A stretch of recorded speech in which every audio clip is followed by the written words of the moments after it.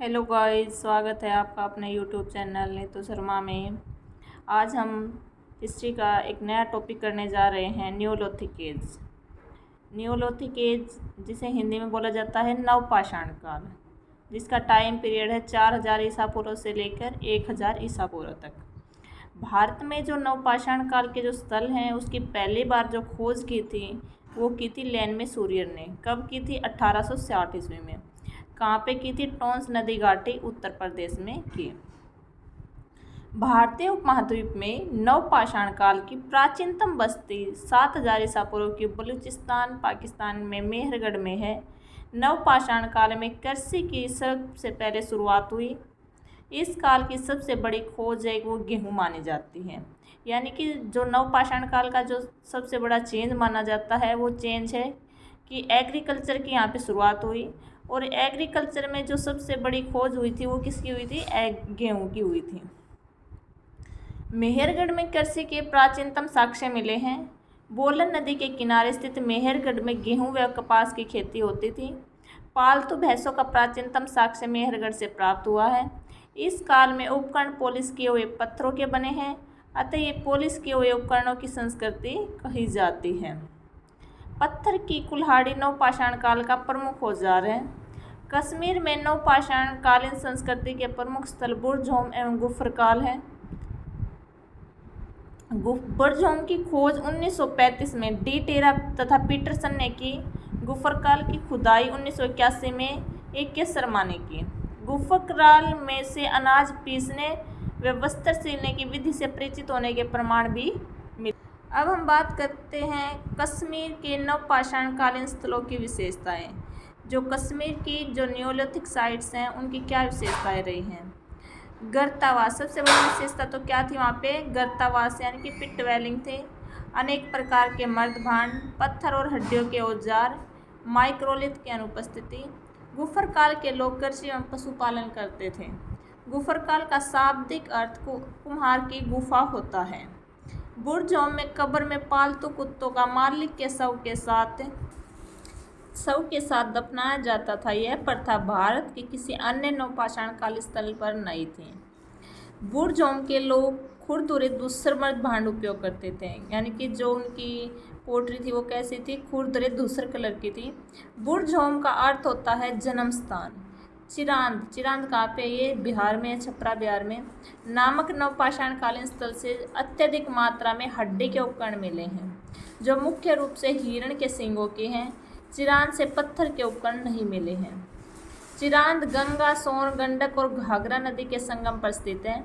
कोल्डी हवा, मेहगा तथा पंचो सभी इलाहाबाद अन्य महत्वपूर्ण नवपाषाण कालीन स्थल हैं।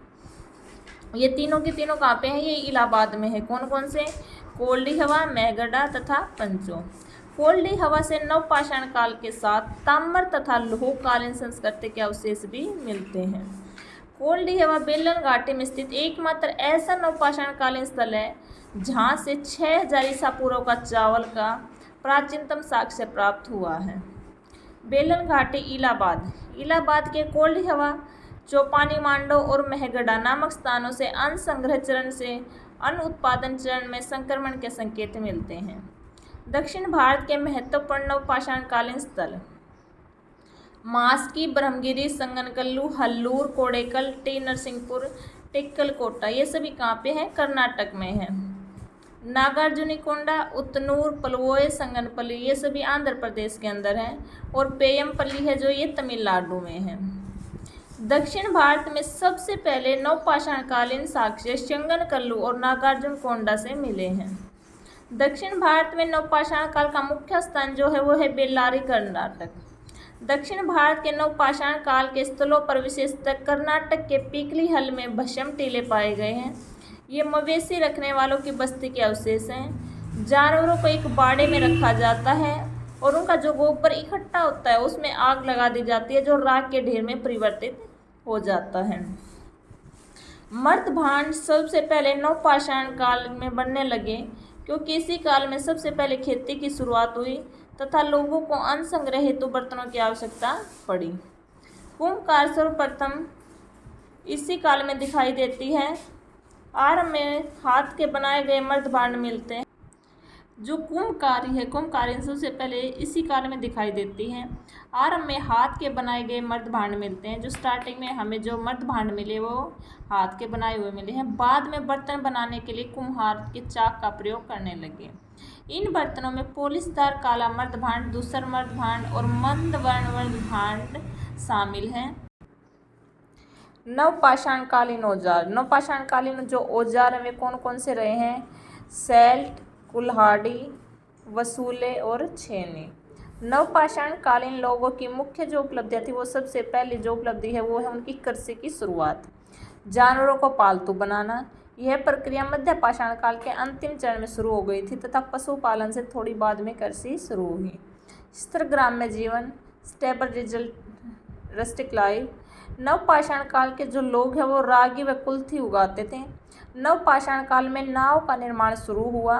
नवपाषाण काल के लोग पूर्णतः पत्थर से बने औजारों पर निर्भर करते थे, अतः उनके निवास स्थान पहाड़ियों के आसपास ही होते थे। असम व मेघालय की गारो पहाड़ियों से भी नवपाषाण काल के उपकरण मिले हैं। आदि चंदलूर में एक ऐसी बहुत सी कब्रें मिली हैं जिनमें शवों की हड्डियां पात्रों में रखकर दबाई गई है। तो ये जो हमारा नवपाषाण काल था यहीं पे समाप्त होता है। जो अगला टॉपिक है हमारा वो क्या है? लोह युग।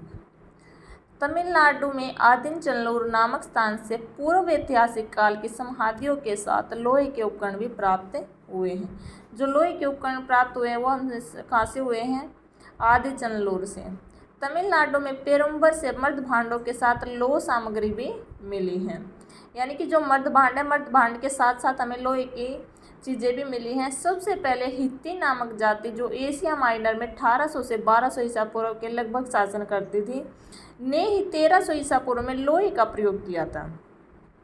वाजपेयी संहिता में उल्लिखित लोह तथा श्याम का तात्पर्य क्रम से तांबे तथा लोहे के अर्थ में ग्रहण किया गया है।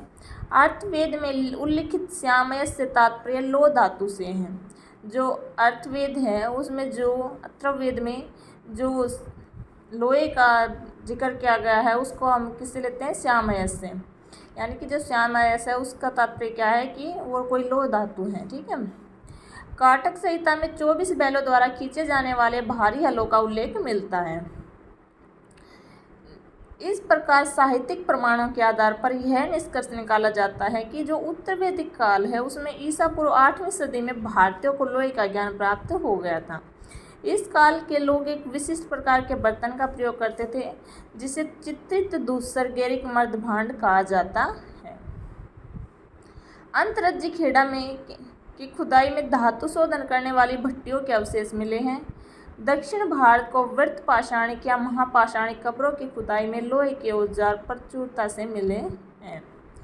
जो दक्षिण भारत की जो व्रत पाषाणिक जो कब्र हैं जहाँ पे खुदाई की तो वहाँ पे लोहे के जो औजार मिले वो बहुत ही ज़्यादा मिले, यानी बहुत ज़्यादा मात्रा में मिले हैं। जो इस बात के द्योतक हैं कि दक्षिण भारत में लोगों को लोहे का ज्ञान 1000 ईसा पूर्व में हो गया था।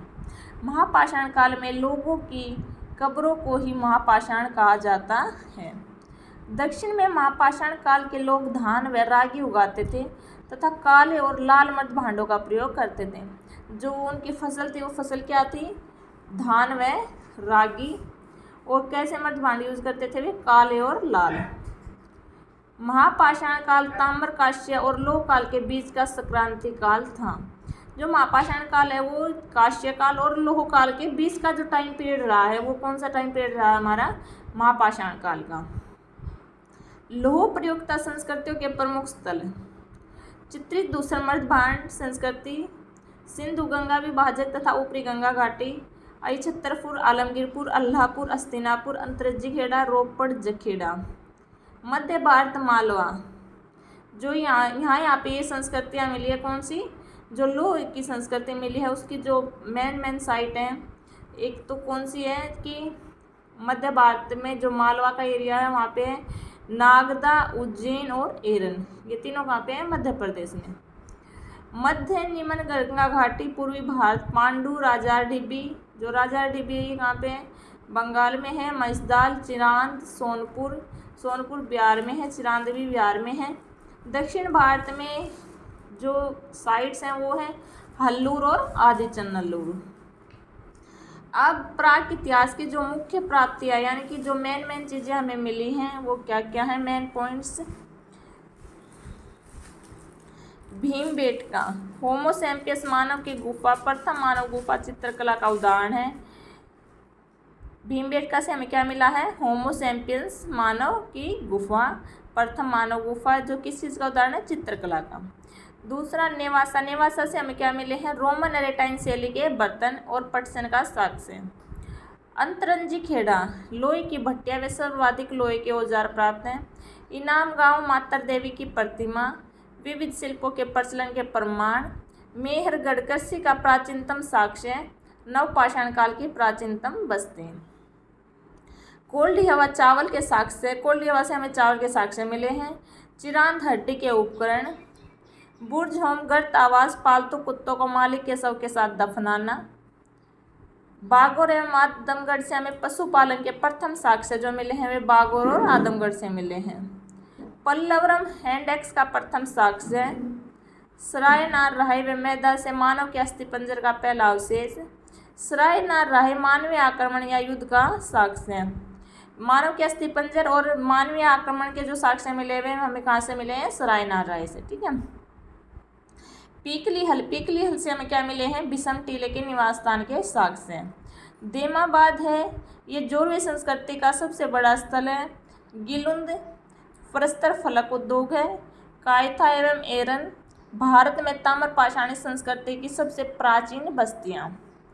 गुनगेरिया, गुनगेरिया भारत में सबसे बड़ी ताम्र निधि जो कहाँ पे है, मध्य प्रदेश में है, जहाँ सबसे ज़्यादा तांबे की साइट है जो वो कहाँ पे है, गुनगेरिया मध्य प्रदेश में।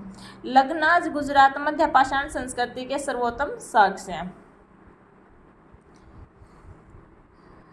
बरार में महाउर जहारी के महापाषाण युगीन स्थल पर लोहे की कुल्हाड़ी भी मिली है।